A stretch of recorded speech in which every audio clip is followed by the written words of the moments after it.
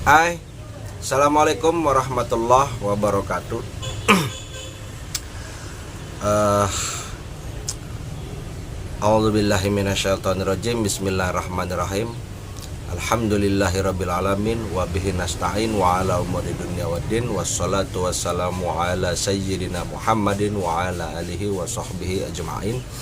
Rabbi shrah li sadri wa yassir li amri wahlul 'uqdatam min lisani yafqahu qawli. Selamat sore teman-teman. Sore ini gue mau bahas surat Al-Lahab. Ini cukup penting juga untuk dijadikan renungan.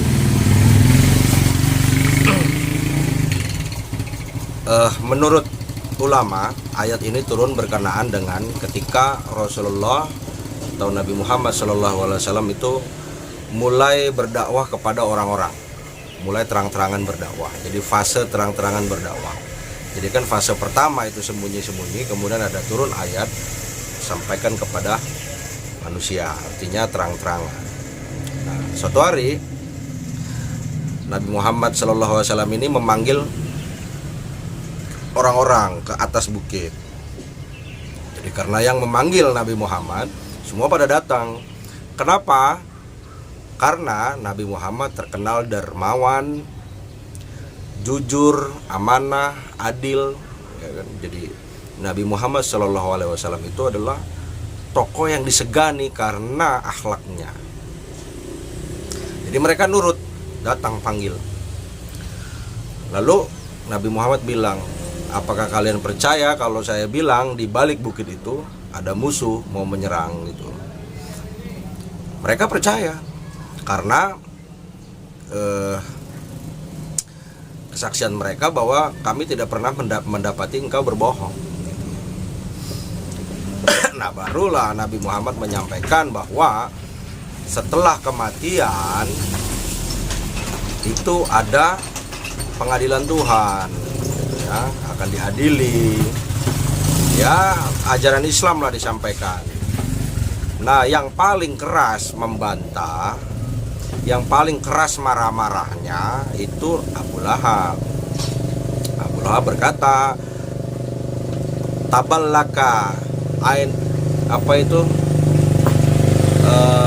celakalah engkau Muhammad, gitu loh, ya kan, ainal hadza, gitu loh. Maksudnya, apakah untuk ini engkau memanggil kami, gitu loh, ya kan. Maksudnya ini urusan sepele, lu ngumpul-ngumpulin begini rame-rame cuma mau ngomong urusan sepele ini, gitu loh, kira-kira. Dan kalimat pertama ucapannya itu tabalaka, binasa loh gitu. Jadi ayat pertama, a'udzubillahi minasyaitonirrajim, bismillahirrahmanirrahim, tabat siada, itu respon terhadap perkataan Abu Lahab, tabalaka. Nah, tabat itu kan artinya tabba, ya. Huruf ta sama ba itu artinya kebinasaan, keterputusan, ya, celaka, artinya itu. Jadi setelah Abu Lahab bicara tabalaka, maksudnya celaka, binasalah engkau Muhammad. Nah, ayat ini merespon, surat ini Al-Lahab ini merespon terhadap perkataannya Abu Lahab.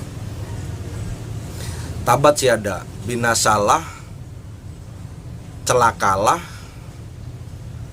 Yada itu kedua tangan, ya, yada itu kedua tangan. Abi Lahabi watab, Abi Lahab itu kedua tangan Abu Lahab. Nah, ini majas, yada kedua tangan ini maksudnya bukan tangannya saja yang binasa. Ini gaya bahasa. Dalam ilmu gaya bahasa kita mengenal pars pro toto, ada totem pro parte. Pars pro toto itu menyebutkan sebagian daripada tubuh untuk menyatakan keseluruhan. Contoh, saya beli 1 ekor ayam, atau saya beli 10 ekor ayam. Nah, kan yang dimaksud 10 ekor bukan ekornya yang dibeli, maksudnya ayamnya. Nah, itu dalam gaya bahasa disebutnya pars pro toto. Ada lagi totem pro parte menyebutkan seluruhnya untuk menyatakan sebagian. Tapi saya hanya bahas pars pro toto karena yang dimaksud dengan yada itu pars pro toto. Tabat yada Abi Lahab watap lagi. Jadi tabat yang pertama itu kebinasaan. Ini menurut satu pendapat ulama, kebinasaan usahanya, apa yang diusahakan, yang direncanakan, yang dikerjakan oleh Abu Lahab itu binasa. Tabba yang kedua itu binasa, Abu Lahabnya yang binasa gitu loh. Jadi Abu Lahab ini memang terkenal paman Nabi Muhammad yang paling keras permusuhannya terhadap Nabi Muhammad. Nah, Abu Lahab sendiri aslinya bernama Abdul Uzza atau nama kunianya Abu Utaibah. Kenapa Al-Quran menyebut gelarannya bukan nama aslinya? Karena ini satu pendapat juga, karena apabila Al-Quran menyebut gelarannya, maka peristiwanya itu berpotensi terulang kembali gitu loh. Contoh Firaun misalnya ya, nah, itu kan gelaran. Nah misalnya kalau kita nyebut Maryam ibunda Nabi Isa alaihissalam, nah itu tidak akan terulang. Tapi kalau Firaun, Abu Lahab, nah ini terulang. Apa yang dikerjakannya, peristiwanya itu akan terulang lagi di masa yang akan datang. Itu menurut satu pendapat. Abu Lahab sendiri, kenapa dia digelari Abu Lahab? Karena mukanya mengkilat katanya. Kemudian kemerah-merahan, mukanya tuh kemerah-merahan. Jadi persis seperti api. Jadi mukanya merah seperti api. Padahal Lahab sendiri api yang bergejolak, ya, api yang bergejolak. Ngopi dulu sebelum kita lanjutkan.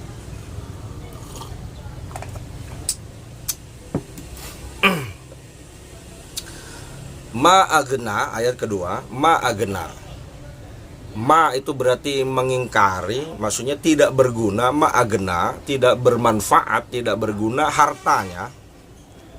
Anhumaluhu wa makasab, tidak berguna hartanya, kekayaannya, aset-asetnya, wa makasab, dan apa yang diusahakannya. Terjemahannya seperti itu. Nah kita sekarang, agna itu kan harta ya, goni itu kaya, harta. Jadi agna itu bentuk lampau, berarti kaya. Itu dalam ilmu tata bahasa disebutnya fi'il madi. Kasab itu dalam riwayat artinya apa yang diusahakannya. Tapi menurut riwayat kasab juga berarti anak-anaknya. Sebab Abu Lahab pernah berkata, kalau memang gua masuk neraka, katanya, maka aku akan menebus dengan hartaku dan anak-anakku, karena anaknya banyak. Nah, jadi Al-Quran atau Allah di sini menafikan itu, bahwa ma'agna, tidak bermanfaat, tidak akan berguna hartamu dan anak-anakmu. Maksudnya apa? Membantah pernyataan Abu Lahab bahwa kalau dia masuk neraka, dia akan menebus dirinya dengan harta dan anak-anaknya. Itu nggak manfaat. Jadi udah masuk neraka, harta dan anak-anakmu tidak bisa menolongmu, kira-kira seperti itu. Itu respon Al-Quran. Sayasla, ayat ketiga, berarti kelak, tapi dalam waktu yang tidak terlalu lama, gitu ya.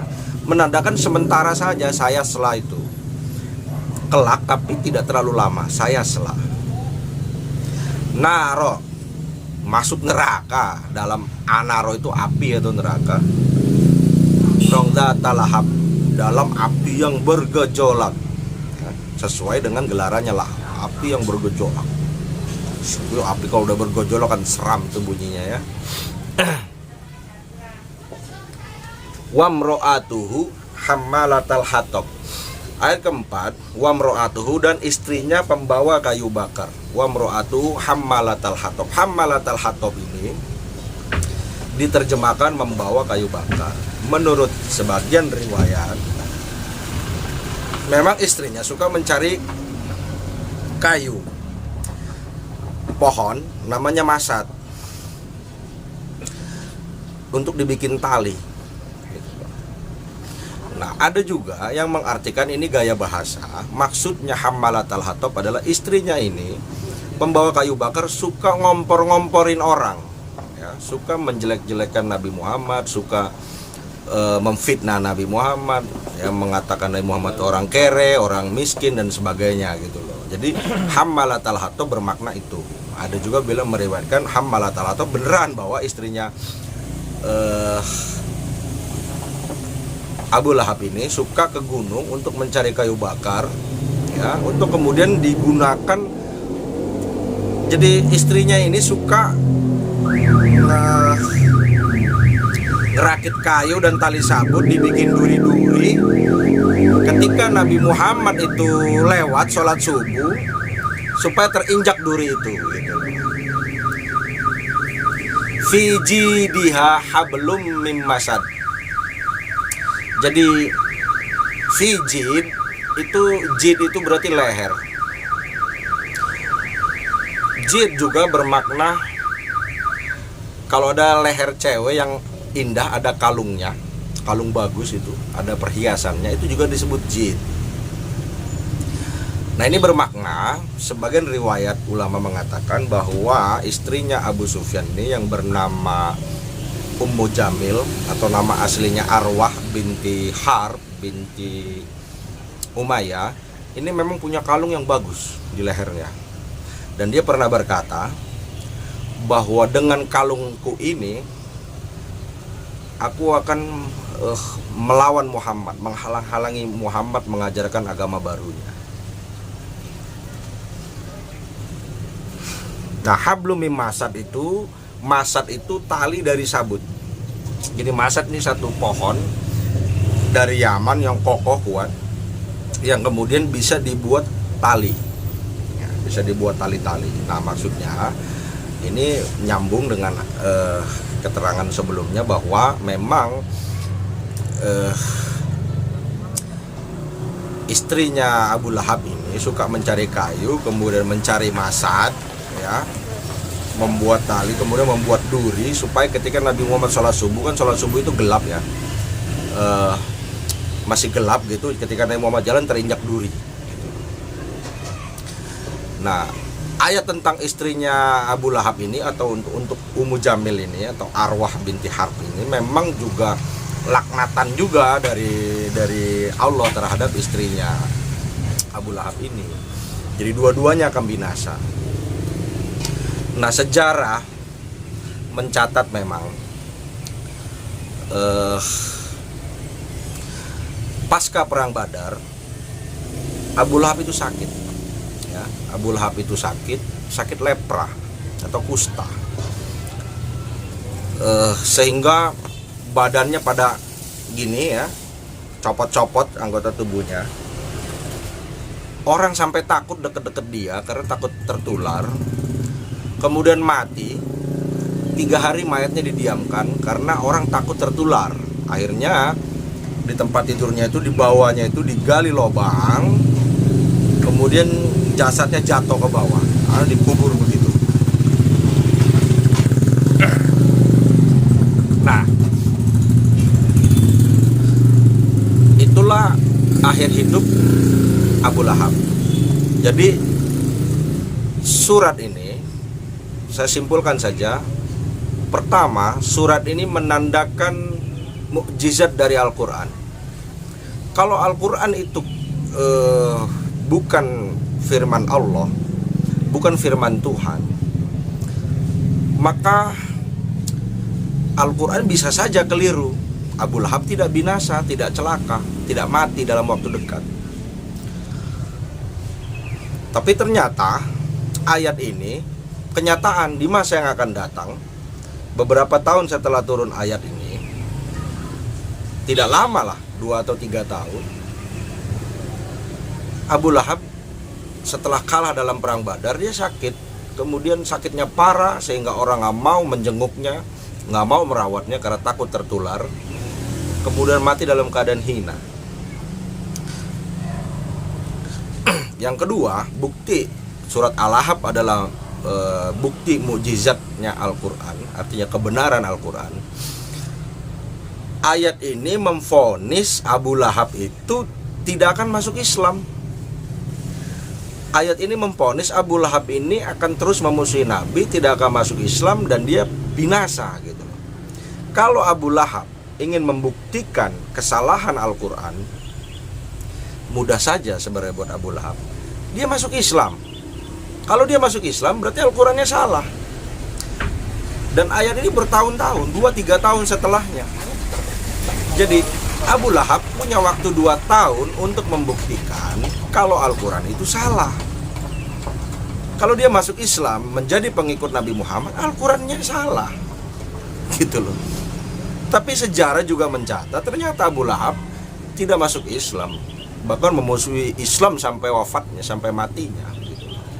Nah, yang kedua adalah yang saya mau jelaskan,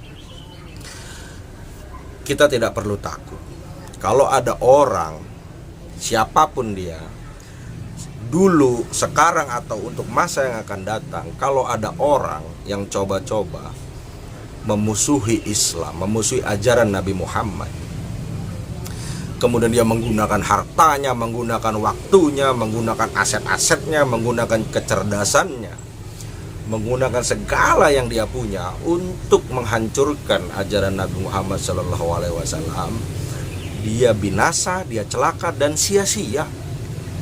Nah, ini yang kita ambil pelajaran dari surat Al-Ahzab ini. Sia-sia semua, nggak ngaruh gitu loh. Abu Lahab pernah mencoba dan Abu Lahab binasa. Jadi pesannya adalah siapapun yang coba-coba mengikuti jejak Abu Lahab dan istrinya, menghalang-halangi orang dari agama Allah, kemudian mencoba menghancurkan agama Allah, dia pasti celaka, dia pasti binasa. Jadi respon kita yang terbaik adalah kita tidak perlu takut dan tidak perlu berbuat yang berlebihan, sehingga kita justru menjadi zalim kepada orang lain. Nah, kira-kira pesannya itu seperti itu. Saya akhiri karena keterbatasan durasi, sebenarnya masih juga agak panjang juga untuk dibahas, tapi karena keterbatasan durasi, kira-kira saya akhiri pembahasannya sampai di sini. Yang benar datangnya dari Allah, yang salah datangnya dari diri saya pribadi. Ambil yang baik, yang buruk, yang tidak manfaat tidak usah diambil. Billahi taufiq wal hidayah. Wassalamualaikum warahmatullahi wabarakatuh.